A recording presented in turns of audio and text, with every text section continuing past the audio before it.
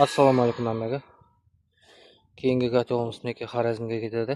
350 kvadrat закрытый sistemaga. Ichida 86 dona turba joylashgan. Rossiyskiy 5 shovniy turbalar. Hammasi lislar uchlik. Mo'risimniki arqadan chiqqan. Mo'r joylari endi o'nib bitgan ekan, ashib ishlanadi. Keyingi kotyolimiz Qorao'zakka ketadi.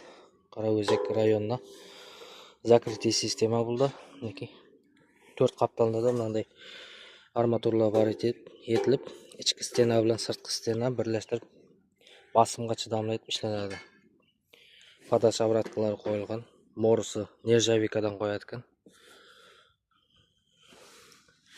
Garelka propanga maslangan garelka mana.